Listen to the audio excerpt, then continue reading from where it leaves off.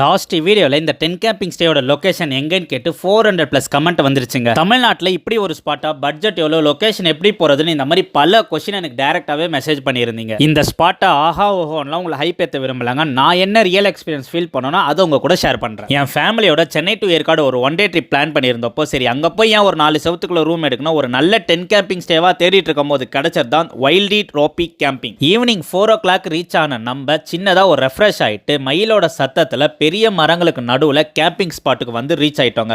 அவ்வளோ அமைதியாக அந்த நடு காட்டுக்குள்ள நாங்கள் போன அதே டைம்லேயே பெங்களூர்லேருந்து சில பைக்கர்ஸ் கம்யூனிட்டி பீப்புளும் வந்திருந்தாங்க. சும்மா அவங்க கூட அப்படியே இன்ட்ராக்ட் பண்ணிட்டு அப்படியே பார்பிக்யூ டின்னர்லாம் முடிச்சுட்டு என் ஃபேமிலியோட ஃபன்னாகவும் டைம் ஸ்பெண்ட் பண்ணிட்டு ஒரு 9 o'clock மாதிரி கேம்பிங் ஸ்பாட்டுக்கு வந்துட்டோங்க. என்ன இருந்தாலும் புக் பண்ணும்போது கொஞ்சம் பயம் இருந்தது. வேணா கேம்பிங்கில் வந்து கம்ஃபர்டபுளாக இருக்குமா, ஒரு நம்ம ஃபேமிலிக்கு செட் ஆகுமா, கிட்ஸ்லாம் இருக்காங்களே ஸ்பேஸ் பத்துமான்னு. ஆனால் சீரியஸாகவே சொல்கிறேன், ரொம்ப கம்ஃபர்டபுளாக இருந்தது. 4 பேர் நல்லா ஃப்ரீயாகவே கம்ஃபர்டபுளாகவே நான் இன்னைக்கு நைட் நல்லாவே தூங்கணுங்க. முக்கியமாக இதை சொல்லணும், இந்த வைல்டி ட்ரோபி ஃபவுண்டர் மதன் அவரை பற்றி பேசியே ஆகணும். அவ்வளோ ரெஸ்பான்சிபிளாக நம்மளை கவனிச்சிட்டாருங்க. அந்த டைமுக்கு கரெக்டாக கால் பண்ணி எல்லாம் ஓகேவா, உங்களுக்கு கம்ஃபர்டபுளாக இருக்குன்னு ரொம்ப ரெஸ்பான்சிபிளாக நம்மளை பார்த்துக்கிட்டாரு. அப்படியே மார்னிங் ஒரு நல்ல பிரேக்ஃபாஸ்ட் சாப்பிட்டு அப்படியே அங்கேருந்து நாங்கள் கிளம்பிட்டோம். ஏற்காடில் வீக்கெண்டில் நல்ல ஒரு ஸ்டேயில் ஒரு சேஃபாக தங்கணும்னு நினச்சிங்கன்னா கண்டிப்பாக இந்த ஸ்பாட்டை நான் ரெக்கமெண்ட் பண்ணுவேன். இந்த வீடியோ உங்களுக்கு பிடிச்சிருக்கோம் நம்புறேன். இந்த மாதிரி யூனிக்கான ஸ்டேக்கு மறக்காமல் நம்ம பேஜை ஃபாலோ பண்ணி வச்சுக்கோங்க.